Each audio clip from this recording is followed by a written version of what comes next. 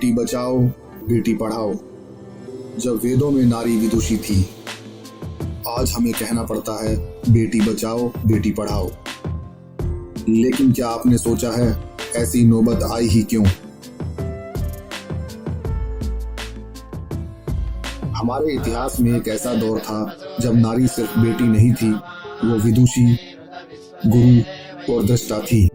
उस समय नारी को शिक्षा का पूरा अधिकार था। 27 ऐसी ऋषिकाओं के नाम का जिक्र है जिन्होंने ऋग्वेद की रचना में अपना योगदान दिया। वह वेद पढ़ती थी, यज्ञ करती थी और ज्ञान की सभा में पुरुषों से शास्त्रार्थ करती थी। गार्गी, गोधा, अनुसूया, घोषा, मैत्री, लोपामुद्रा, यह नाम सिर्फ इतिहास नहीं, हमारी संस्कृति की शक्ति प्रतिमाएं हैं। लेकिन फिर आया एक अंधकारमय समय।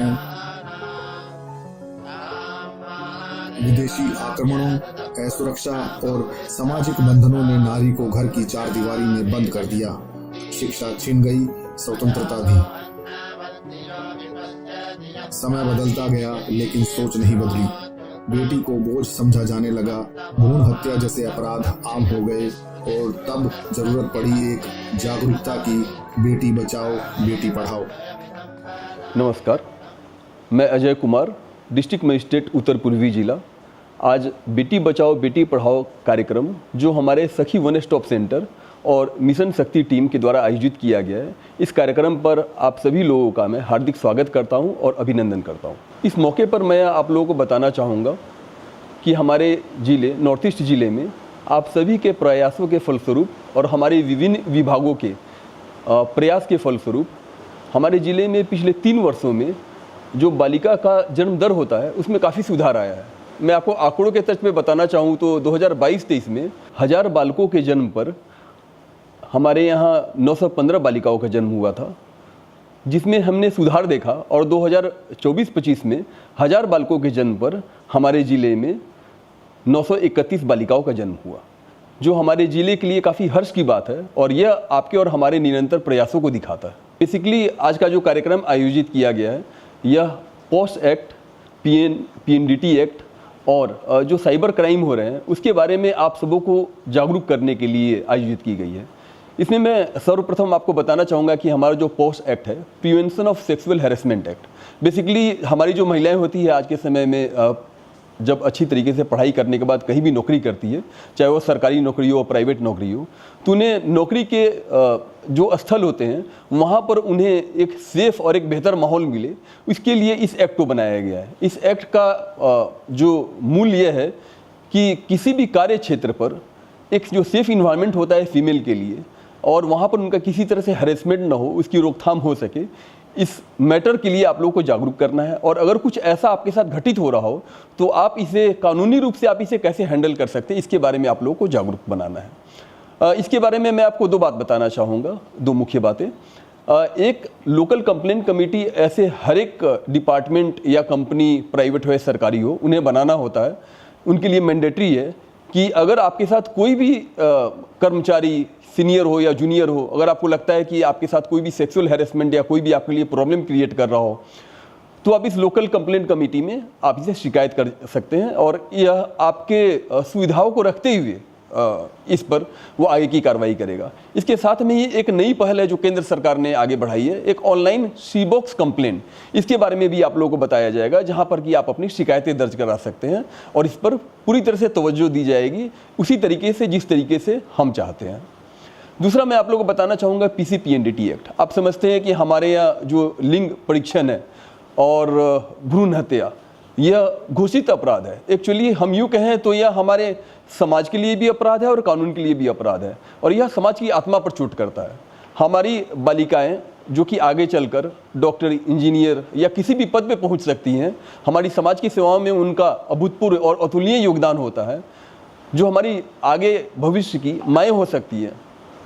उसके लिए पीएनडीटी एक्ट के बारे में हमें जानना भी चाहिए और भ्रूण हत्या को किस तरह से हम रोकें और समाज में इसकी बुराई को लोगों तक पहुंचा सके, इसके लिए भी हमारे लिए काफ़ी ज़रूरी है। तीसरा मैं आप लोगों को बताना चाहूँगा कि आज के समय में हर एक कोई मोबाइल से जुड़ा हुआ है और सोशल मीडिया से जुड़ा हुआ है। हम में से सबके सोशल मीडिया पे अलग अलग अकाउंट्स बने हुए हैं। लेकिन होता है क्या कि एक सुविधा कुछ समस्या भी बन जाती है।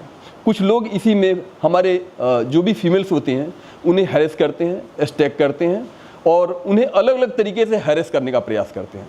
इसके माध्यम से हमारा प्रयास रहेगा कि आप आज के समय के जो भी कानून है उसके बारे में जाने समझें, अपने अधिकारों के बारे में जागरूक रहें, अपने कर्तव्यों को भी जानें और इस सोशल मीडिया को कैसे यूज करें या इस ऑनलाइन प्लेटफॉर्म और स्टॉकिंग या जो भी आपके लिए जो पॉसिबल जो क्राइम हो सकते हैं, हम उसे अपने आप को कैसे बचाएं और यदि अगर कोई किसी का प्रयास कर रहा हो तो हम उसे कैसे रोकें, इसके बारे में हम सबों का जानना समझना काफ़ी ज़रूरी है।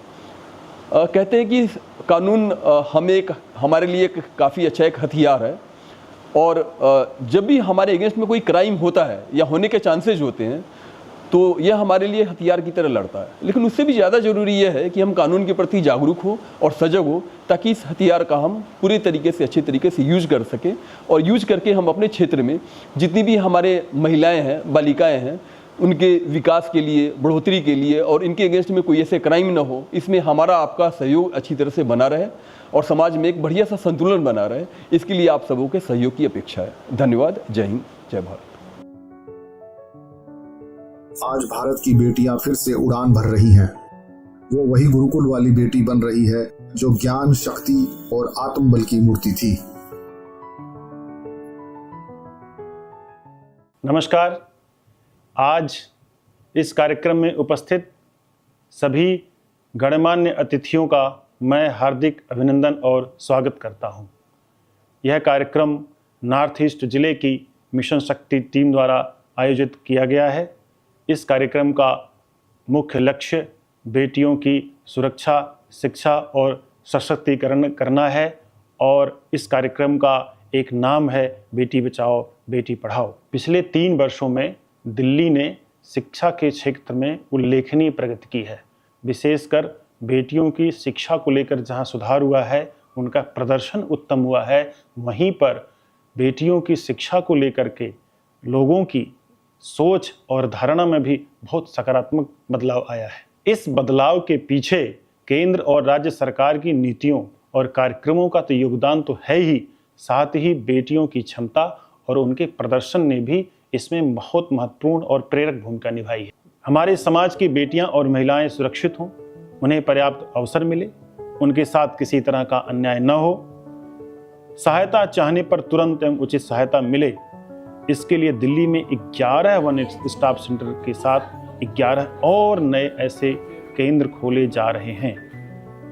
वर्तमान में नॉर्थ ईस्ट जिले में चल रहा वन स्टॉप सेंटर जग प्रवेश अस्पताल में चल रहा है, जहां पर महिलाओं को किसी भी तरह की हिंसा, उत्पीड़न एवं आपात स्थिति से तत्काल सहायता पहुंचाई जाती है। इसके अलावा महिला हेल्पलाइन के माध्यम से 181 नंबर पर डायल कर सहायता एवं उचित समाधान प्राप्त कर रही हैं। इसके अलावा सी बॉक्स जैसे डिजिटल प्लेटफॉर्म के जरिए भी सहायता एवं उचित समाधान अपनी समस्याओं का महिलाएं प्राप्त कर सकती हैं। आइए हम सब मिलकर अपने प्रयासों से अपनी बेटियों को और शिक्षित और सशक्त बनाएं। इसी के साथ आप सभी का धन्यवाद। जय हिंद। हमें जरूरत है केवल नारा देने की नहीं, बल्कि उस वेदकालीन सोच को फिर से अपनाने की जहां नारी अबला नहीं सबला थी। बेटी बचाओ बेटी पढ़ाओ के आंदोलन के तहत भारतवर्ष में एक पोष एक्ट इम्प्लीमेंट किया गया और उस पोष एक्ट के तहत जितने भी एनजीओ हैं, जितने भी वर्किंग प्लेसेस हैं जिसमें 10 से ऊपर एम्प्लॉइज हैं, उसमें सरकार ने मैंडेटरी किया गया कि एक इंटरनल कमेटी बनाई जाए परमानेंटली। जो भी कंप्लेंट्स उस वर्किंग वुमेन के करती हैं उनको डील विद करें। और ये कंप्लेंट्स जो है अभी तक मैं समझता हूँ कि नेग्लिजिबल हैं, ऐसी कोई कंप्लेंट्स आती नहीं है, क्योंकि working women are afraid of losing their job if they make any such complaint before the organization etc. and to the MD of the company। तो इसलिए इस कंप्लेंट्स का अभी तक लोगों में अवेयरनेस भी नहीं है और लोग जो वर्किंग वूमेन है मैं समझता हूँ वो करना भी नहीं चाहती। वो अपना रोजगार लूज कर सकती हैं या उनको और ज़्यादा हरासमेंट किया जा सकता है। उनको ये भी खतरा रहता है कि ये जो इंटरनल कमेटी है बनाई गई है, जो कि संस्था खुद ही इंटरनल कमेटी उनके एम्प्लॉइज होते हैं, वो उनकी फेवर में कभी रिपोर्ट करेगी ही नहीं। और जो भी इंटरनल कमेटी जो होती है उसको 90 दिन के अंदर मैंडेटरी किया गया है कि वो अपनी रिपोर्ट दे और कॉन्फिडेंशियल रखा जाए, उस रिपोर्ट को भी कॉन्फिडेंशियल रखा जाए और उसके बाद वो रिपोर्टिंग आगे पुलिस ऑफिसर्स को करे। तो इतना मैंडेटरी जरूर कर दिया गया है सरकार द्वारा कि अगर वो कमेटी नहीं बनाती कोई भी एनजीओ या कोई भी ऑर्गेनाइजेशन, कोई भी कंपनी, तो उसके खिलाफ 50,000 रुपये पेनल्टी का प्रावधान रखा गया है। मगर उसके तहत कोई ऐसी कोई कंप्लेंट कोर्ट्स के अंदर आज तक नहीं आई कि वर्किंग वूमेन ने वहां से कोई जस्टिस सीख किया गया है और इस पोस्ट एक्ट का कभी लाभ उठाया गया है।